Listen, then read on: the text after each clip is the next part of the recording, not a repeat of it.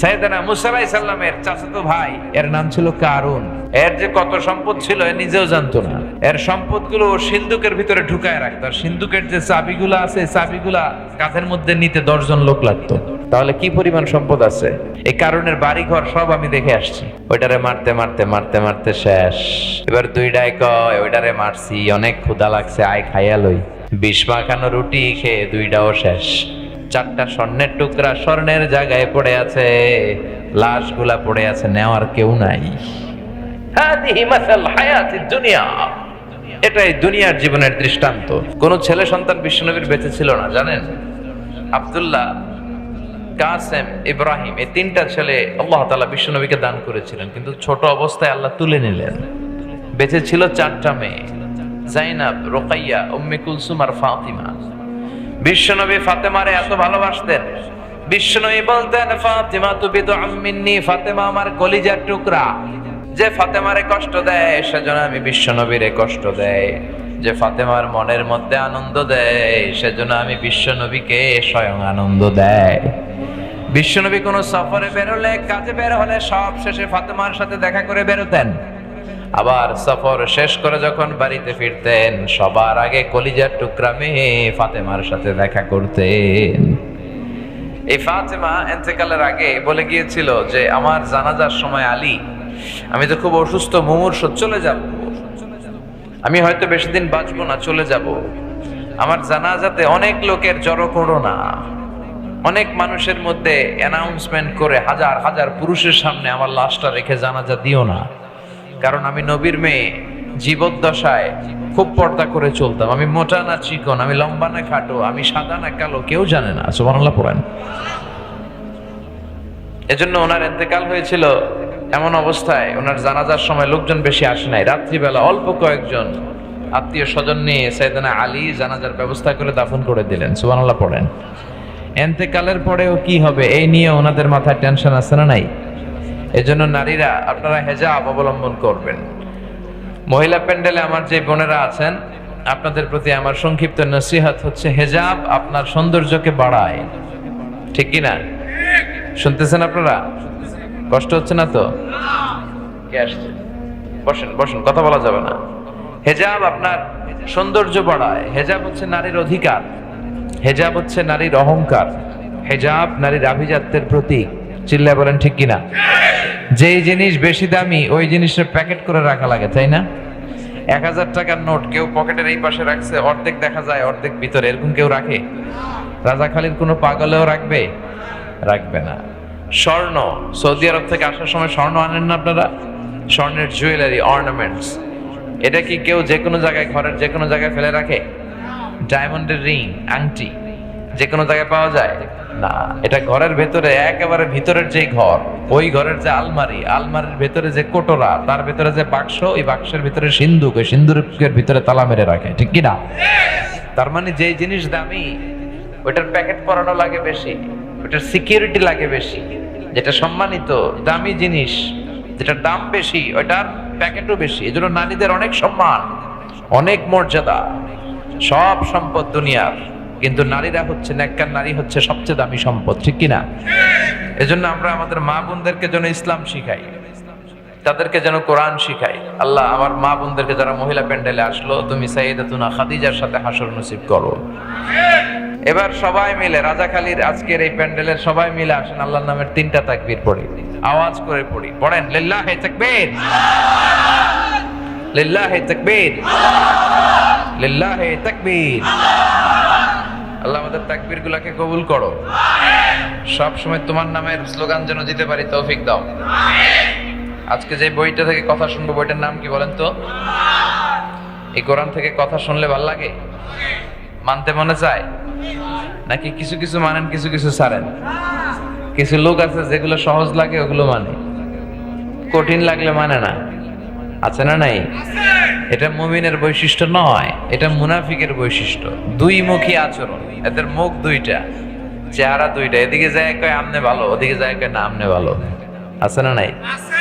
যেদিকে বৃষ্টি ওরা ওইদিকে ছাতা ধরে।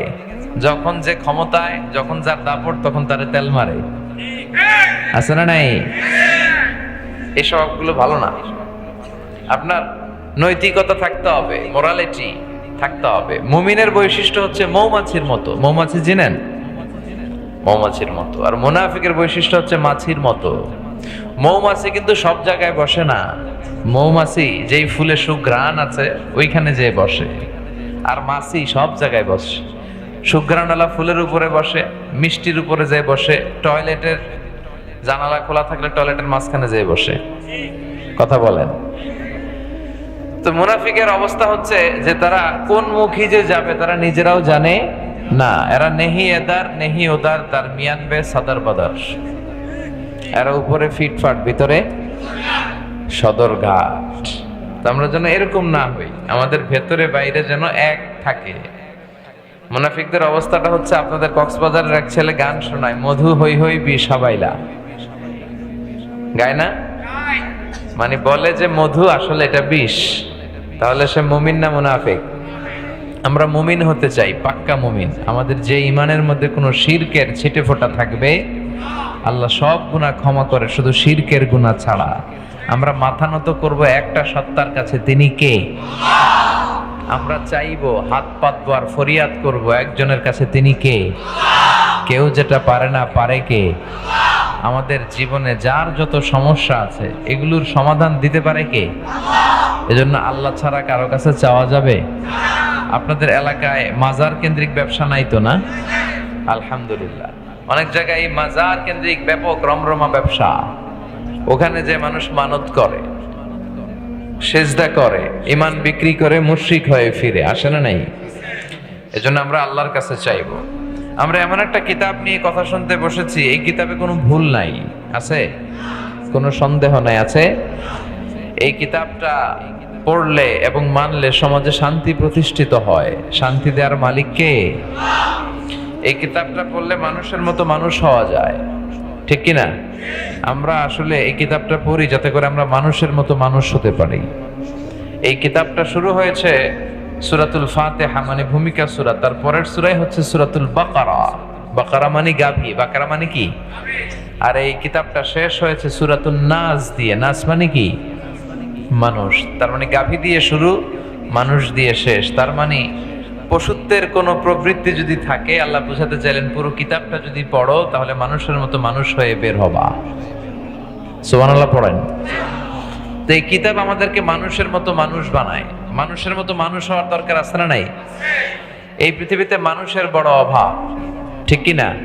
এই দুনিয়া এখন তো আর সেই দুনিয়া নাই, মানুষ নামের মানুষ আছে দুনিয়া বোঝাই, সেই মানুষের ভিড়ে আমার আসল মানুষ নাই, ঠিক কিনা? আসল মানুষের বড় অভাব। খালি চোখে আমরা রাস্তাঘাটে যা দেখি সব কিন্তু মানুষ না, এগুলো হচ্ছে জনসংখ্যা। এগুলো কি?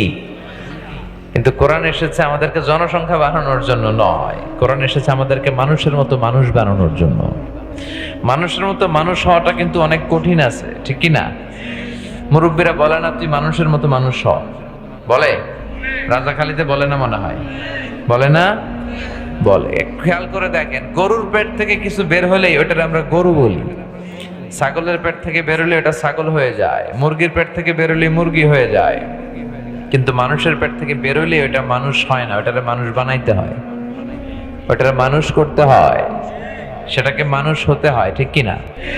আবার দেখেন, গরুরে কেউ কোনোদিন বলে নাই যে তুই গরুর মতো গরু হ, বলছে? ছাগল রে কেউ কোনোদিন বলছে তুই ছাগলের মতো ছাগল হইস, কইছেন? মুরগিরে কেউ কোনোদিন বলে তুই মুরগির মতো মুরগি হ, কিন্তু শুধু মানুষকেই বলা হয় তুই মানুষের মতো মানুষের মতো। এই কোরআনটা পড়লে মানুষের মতো মানুষ হওয়া যাবে, আলোকিত মানুষ, যে মানুষের অন্তরে কোনো হিংসা থাকবে না, বিভেদ থাকবে না, ঠিক কিনা? হিংসা বিভেদ এটা কোনো মুমিনের অন্তরে থাকতে পারে? অহংকার থাকতে পারে? মান কানা ফি কলবিহি হাব্বাতু খারদাল মিনাল কিবর লা ইয়াদখুলুল জান্নাহ। যাররা পরিমাণ অহংকার যদি কারো অন্তরে থাকে সে জান্নাতে প্রবেশ করবে। আল্লাহ বলে অহংকার হচ্ছে আমার চাদর আর বড়ত্ব হচ্ছে আমার লুঙ্গি, যে অহংকার করে সেজন্য আমার চাদর ধরে টান মারে। আর যে আমার চাদর ধরে টানাটানি করে ওরে আমি জাহান্নামে ফেলে দেব, ওয়ালা উবালি, আমি কোনো ভ্রুক্ষেপই করি না। চিল্লায় বলেন ঠিক কি না? আবার বিশ্বনবী বললেন, আল বাদিউ বিসসালামি বারিউম মিনাল কিবর, আগে আগে যে সালাম দিয়ে দেয় তার অন্তরটারে অহংকার থেকে মুক্ত করে দেয় কে? লাম্মা খালাকাল্লাহু আদামা ওয়া কানা তুলুহু 60 যিরাআন, রব্বুল আলামিন সাইয়েদনা আদম আলাইহিস সালামকে যখন তৈরি করলেন 60 হাত লম্বা করে বানালেন। বানানোর পরে আদমকে বললেন, আদম তাড়াতাড়ি ফেরেশতাদেরকে তুমি সালাম দাও। কি দাও? কারণ ইবলিস অহংকারের কারণে জাহান্নামী হয়েছে। আল্লাহ চেয়েছেন আমার আদম যাতে জাহান্নামী না হয়, আদমের অন্তর থেকে অহংকার যেন দৌড়ে পালায়। তো পদ্ধতি কি? আগে সালাম দিতে হবে। আল্লাহ সৃষ্টির পরেই সাইয়েদনা আদমরে বলেন না আদম সেজদা দাও, জিকির করো, নামাজ পড়ো না। আল্লাহ বললেন আদম সালাম দাও। সৃষ্টির পরেই কি অর্ডার? ফেরেশতাদেরকে সালাম দাও। সালাম দিলে তোমার অন্তরকে অহংকার মুক্ত করে দিবে কে? যে কিতাব পড়ার মধ্য দিয়ে আমরা যেন মানুষের মতো মানুষ হতে পারি। পড়ি আমিন। আরো জোরে পড়েন আমিন। আমি আমার খুতবার শুরুতে আজকে সূরাতুত তাকাসুর তেলাওয়াত করেছি, মুখস্থ আছে না অনেকের? এই সূরাটা থেকে আজকে আমরা কিছু শিক্ষা নিয়ে যাওয়ার চেষ্টা করব। এই মাহফিলগুলোর ক্লাসের মতো মনে করবেন, আর যেটা শুনবেন মনে রাখার চেষ্টা করবেন, পাশাপাশি আমলের চেষ্টা করবেন। বছরে প্রতিদিনই কি মাহফিল হয়? রাজাখালী এই ময়দানে কি প্রতিদিন একটা মাহফিল না? বছরে একটা। আবার আল্লাহ বাঁচালে কবে আমরা হায়াতে বেঁচে থাকলে পাবো কেউ জানি না, ঠিক কি না? কারণ আমাদের দম যেটা নিয়েছি এই দমটা যে ছাড়তে পারবো আমাদের কারো কাছে কোনো গ্যারান্টি নাই। আছে? হায় রে মানুষ রঙিন ফানুষ, দম ফুরাইলে ঠুস, ঠিক কি না? তবু তো ভাই কারোরই নাই একটুখানি হুশ। হায় রে মানুষ রঙিন ফানুষ, রঙিন ফানুষ, হায় রে মানুষ, ঠিক কি না? কোনো গ্যারান্টি নাই, কখন যে কার বিপদ চলে আসে কেউ জানে না। রাস্তাঘাটে যারা অ্যাক্সিডেন্টে মারা যায় ওরা কি জানতো আজকে মরবে? আজকেও দেখলাম একটা বাস উল্টে 10 জন মারা গিয়েছেন। ওরা কি জানতো যে আজকেই ওদের জীবনের শেষ দিন? আমরা কেউ জানি না আমরা কবে চলে যাব। এই সূরাটাতে আল্লাহ এই জিনিসটাই মেসেজ আকারে আমাদেরকে জানিয়েছেন। এই সূরার কেন্দ্রীয় আলোচ্য বিষয় হচ্ছে we have to go back to our Lord. আমাদেরকে আমাদের রবের কাছে ফিরে যেতে হবে, হাজিরা দিতে হবে, পাই টু পাই তিনি হিসেব করে ছাড়বেন। এই যে দুনিয়ার বুকে আমরা স্বাচ্ছন্দ্যে ঘুরে বেড়াচ্ছি বাপের বেটা আব্বাসের মতো, এই দুনিয়ার সময়টা আমাদের পরীক্ষার সময়। কিসের সময়? এই পুরো দুনিয়ার জীবনটা আমাদের সবার জন্য পরীক্ষা। যাদেরকে আল্লাহ ধন সম্পদ দিয়েছেন তারে আল্লাহ ধনী বানিয়ে পরীক্ষা করেন, যারে ধন সম্পদ দেন নাই তারে আল্লাহ গরিব বানিয়ে পরীক্ষা করছেন। যাকে আল্লাহ সাদা বানিয়েছেন ওরা সাদা বানিয়ে পরীক্ষা, যারা কালো বানিয়েছেন কালো বানিয়ে পরীক্ষা, কাউকে নারী বানিয়ে পরীক্ষা, কাউকে পুরুষ বানিয়ে পরীক্ষা, কাউকে নারীও না পুরুষও না হিজড়া বানিয়ে পরীক্ষা। সবার জীবনটাই বিশাল একটা পরীক্ষা। লিয়াবলুয়াকুম আইয়ুকুম আহসানু আমালা, তোমরা কে কি আমল করো এটা আল্লাহ দেখে নিতে চায়। এজন্য পুরো জীবনটাই হচ্ছে পরীক্ষা। আর আমাদেরকে ফিরে যেতে হবে। আমরা আজীবন থাকতে আসি নাই, আমাদেরকে আল্লাহর কাছে ফিরে যেতে হবে। কিন্তু আমাদের লাইফস্টাইল, আমাদের জীবন, আমাদের সকাল বিকাল সন্ধ্যার দিকে আপনি খেয়াল করে দেখেন যে আমরা যে চলে যাব এই চিন্তাটাই আমাদের মাথায় নাই, ঠিক কি না? আমাদেরকে যে কবরস্থানে যেতে হবে এই চিন্তাটাই নাই, মরতে যে হবে এ নিয়ে কোনো টেনশনই নাই, ঠিক কি না? আরো লাগবে, আরো চাই, আরো প্রতিযোগিতা, সব আমার, আমার এলাকা, আমার ক্ষমতা, আমার দাপট, আমার চেয়ে বড় কেউ নাই। খালি এই চিন্তা আছে না নাই? এই চিন্তা যেন আমরা না করি, আমরা যেন আখিরাতমুখী হই, সে বিষয়ে আল্লাহ এই সূরাতে কিছু নসিহত করেছেন। শুনতে রাজি আছেন তো?